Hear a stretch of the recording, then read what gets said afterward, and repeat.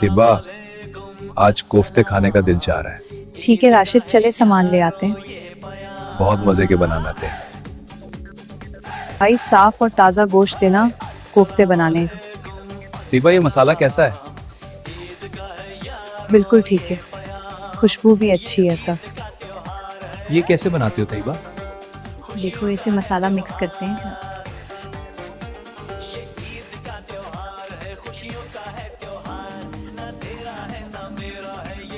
ऐसे गोल गोल बनाते हैं नए।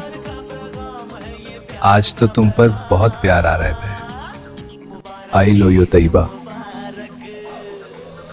तुम मेरे लिए रोज इतनी मेहनत करती हो। ये सब तुम्हारे लिए तो है। वाह, मजा आ गया तैयबा। शुक्रिया राशिद, ये तुम्हारे लिए बनाया।